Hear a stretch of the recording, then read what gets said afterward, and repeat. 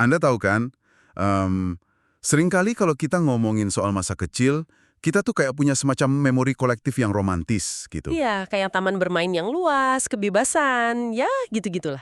Betul, kepolosan yang tanpa beban. Tapi coba Anda bayangkan sebuah situasi yang sangat berbeda. Situasi yang ekstrim banget. Oke, Gimana rasanya kalau ruang kelas itu bukanlah sekedar tempat yang Anda datangi jam 7 pagi, terus Anda tinggalkan pas bel siang bunyi. berarti ruang kelas itu jadi seluruh dunianya ya? Tepat. Bayangkan ruang kelas itu dengan aroma kapur tulis yang tajam, bangku kayu yang keras, dan debu yang berterbangan. Itu adalah seluruh realitas masa kecil Anda. Wah, Tempat Anda makan, tempat Anda bernafas, dan yang paling mengerikan, tempat Anda dihakimi setiap detiknya. nah kalau kita lihat dari sudut pandang perkembangan psikologi anak, menjadikan ruang kelas sebagai batas tunggal dunia seorang anak, itu berarti mengubah pengadilan akademis menjadi ruang keluarga mereka sendiri loh.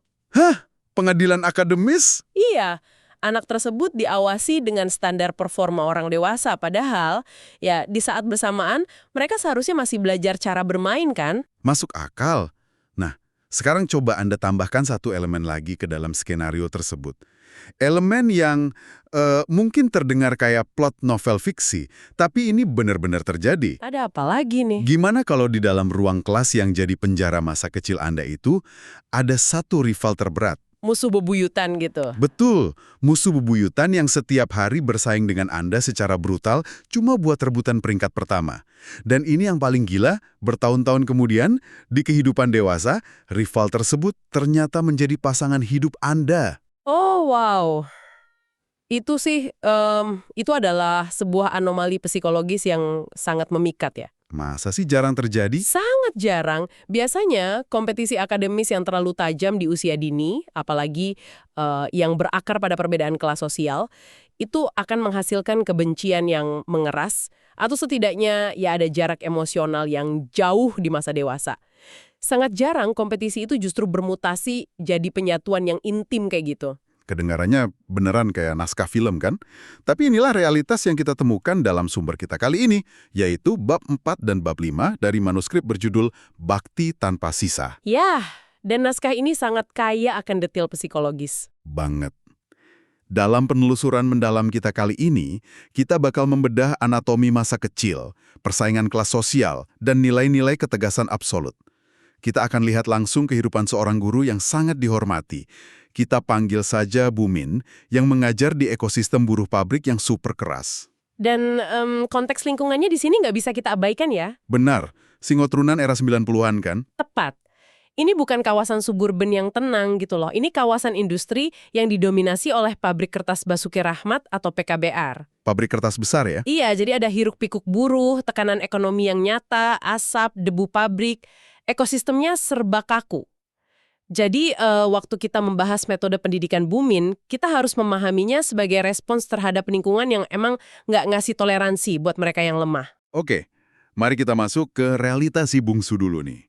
Di naskah ini diceritakan kalau pada usia sekitar 7 tahun, kehidupannya sama sekali nggak punya privasi. Sama sekali. Sama sekali. Bagi anak lain, sekolah itu institusi.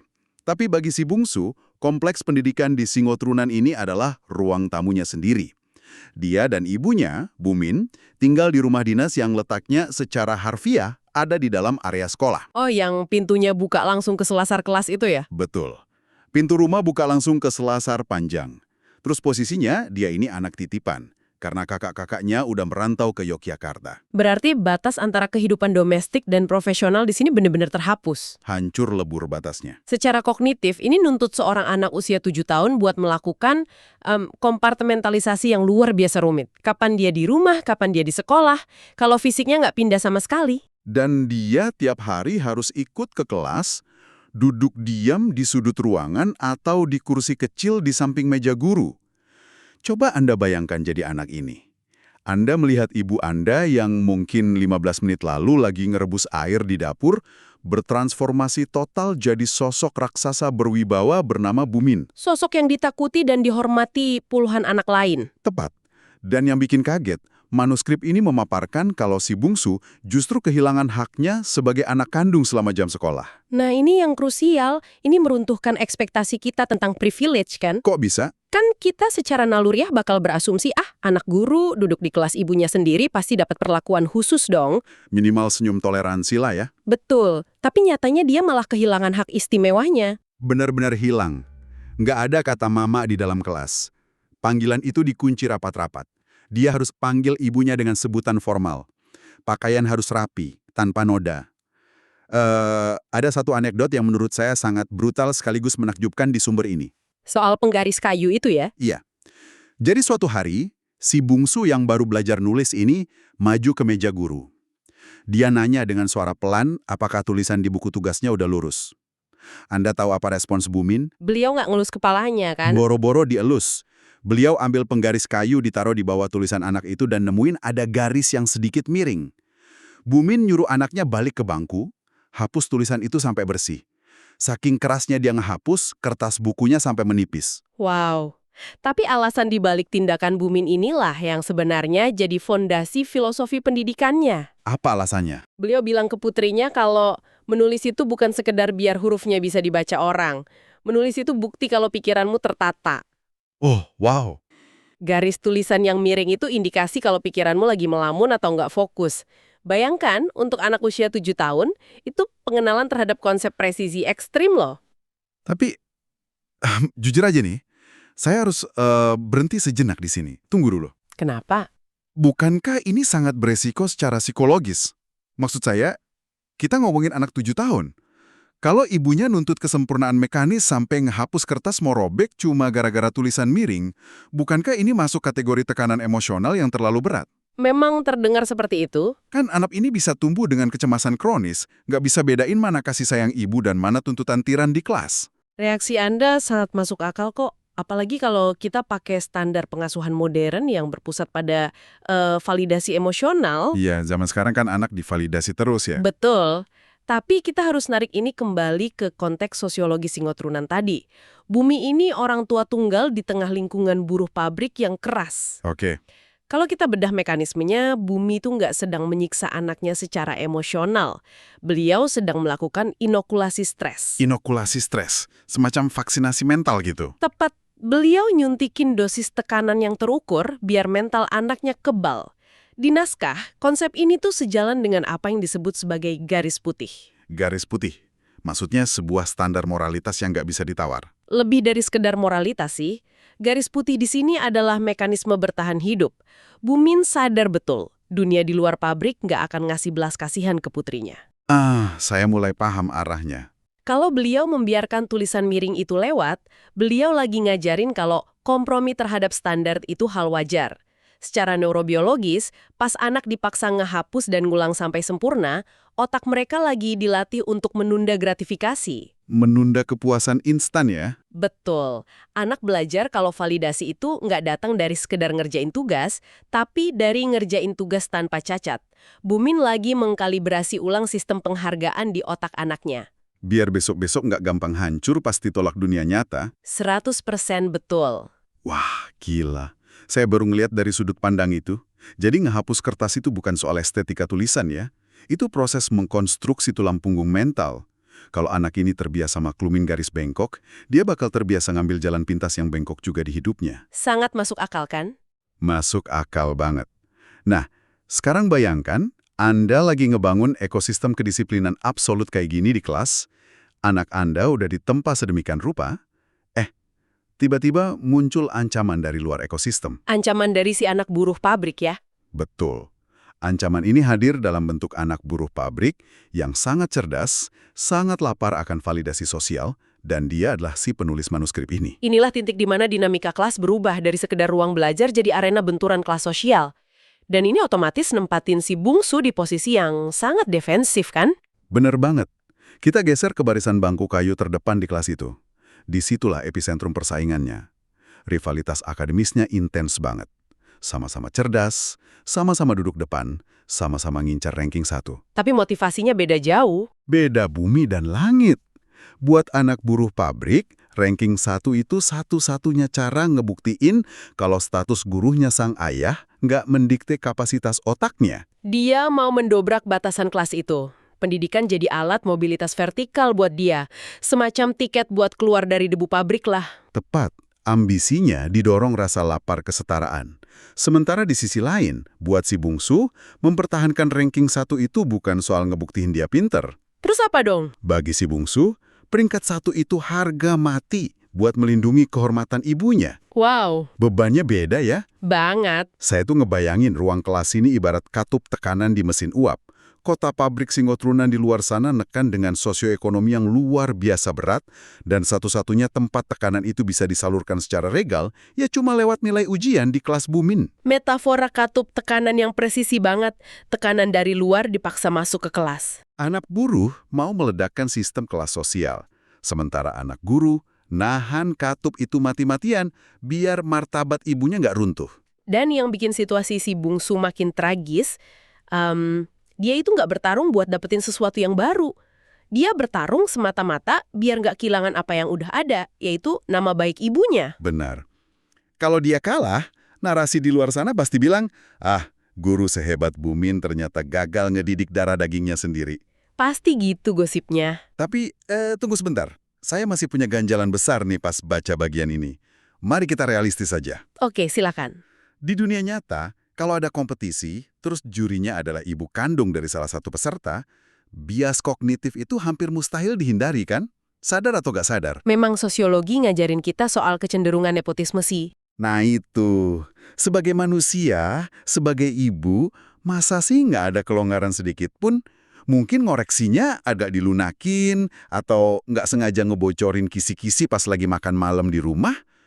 Gimana kita bisa yakin kalau persaingan ini bersih? Keraguan Anda wajar banget, tapi apa yang dilakukan Bumin ini justru kebalikan ekstrim dari favoritisme. Maksudnya? Dalam psikologi sosial, ada fenomena di mana figur otoritas yang merasa legitimasinya terancam oleh persepsi nepotisme, mereka tuh bahkan ngelakuin kompensasi berlebih. Oh, jadi malah dihukum lebih berat. Betul, mereka akan menghukum kelompok terdekatnya jauh lebih keras.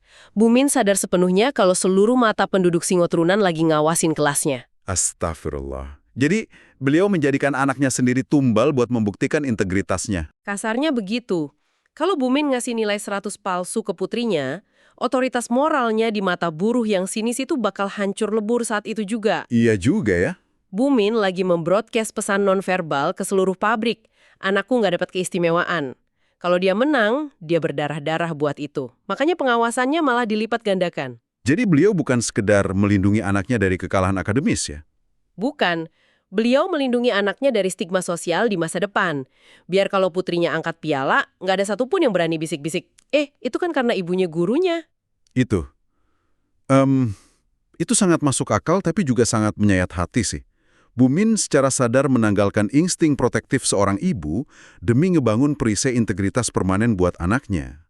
Dan kalau kita ngomongin objektivitas yang tanpa ampun ini, kita harus masuk ke satu insiden di manuskrip yang jadi puncaknya. Momen ujian matematika itu kan? Iya. Ini studi kasus sempurna gimana objektivitas absolut bekerja di atas kertas. Oke, coba Anda bayangkan adegan ini.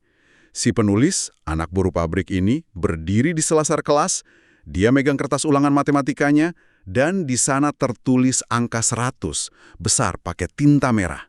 Kemenangan mutlak kaum pekerja atas kaum terdidik di sekolah itu. Tepat, dia pamerin itu. Sementara di sudut kelas, si bungsu duduk mematung. Matanya terpaku pada kertas ulangannya sendiri. Dia kalah. Dan selisihnya cuma 1 poin kan? Cuma 1 poin, 99. Dan Anda tahu apa yang bikin nyesek? Kekalahannya bukan karena dia nggak paham logika matematika. Bukan karena dia nggak tahu rumusnya. Sama sekali bukan karena itu. Dia kalah cuma karena satu kecerobohan sekecil debu, dia salah meletakkan tanda koma. Hanya karena 1 koma. Presisi yang menghancurkan ya. Sumpah, saya sampai berhenti baca pas di bagian ini. Bumin mencoret nilai sempurna anaknya karena 1 koma. Itu kan kayak hakim yang ngejatuhin hukuman maksimal ke anak kandungnya cuma gara-gara salah ketik di dokumen pembelaan demi pamer ke penonton sidang kalau hukum itu buta. Hukum memang harus buta kalau mau dipercaya. Anda mungkin bilangnya brutal. Tapi coba ingat konteks pabrik kertas PKBR tadi. Memang ngaruh ya tanda koma di situ? Sangat ngaruh. Di dunia industri, salah naruh tanda koma pada perhitungan teknis itu bisa bikin mesin pabrik meledak loh. Astaga, oh wow. Saya nggak kepikiran sampai situ. Bu Min sedang menanamkan kalau presisi adalah segalanya. Dunia nyata nggak ngasih diskon cuma karena niatmu baik atau karena kamu anak orang penting. Kesalahan? Ya kesalahan. Dan yang bikin saya benar-benar kagum, reaksi si bungsu ini loh. Alih-alih nangis, marah, atau nuduh ibunya nggak adil, dia malah menginternalisasi rasa sakit itu. Dia nggak playing victim ya. Enggak sama sekali. Naskah ini mencatat dia natap rivalnya dan berjanji dalam hati. Setiap nilaiku adalah cara aku menjaga kehormatan mama.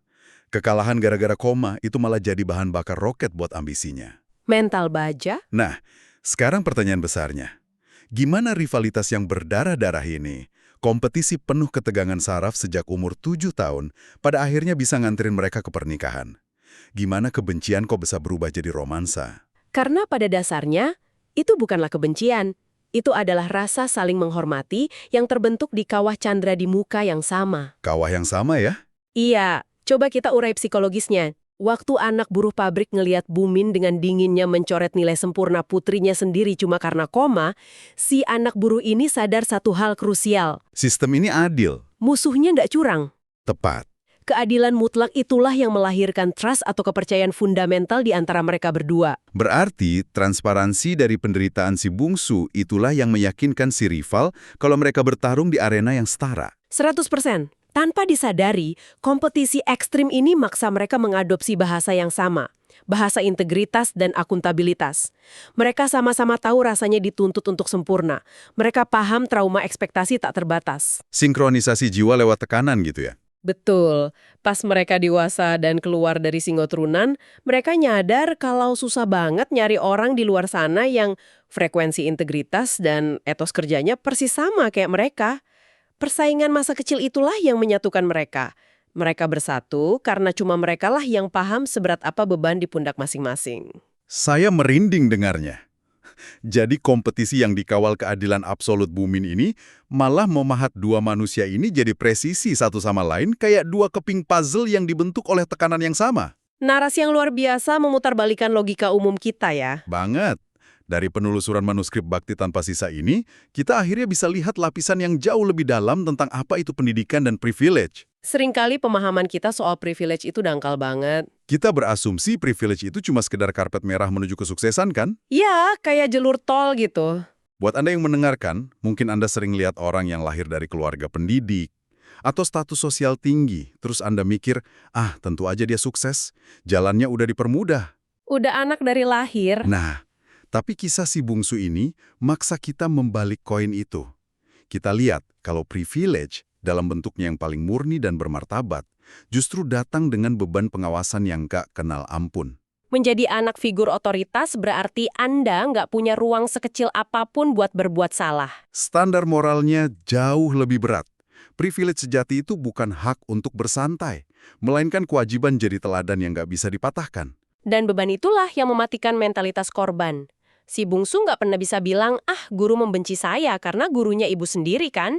Akuntabilitas absolut. Sungguh sangat membelalakan mata. Penelusuran kita soal keadilan, Bu Min, persaingan tanpa belas kasihan di selasar sekolah, sampai di mana rasa hormat itu berevolusi jadi pernikahan, ini semua ngajarin kita soal ketahanan manusia.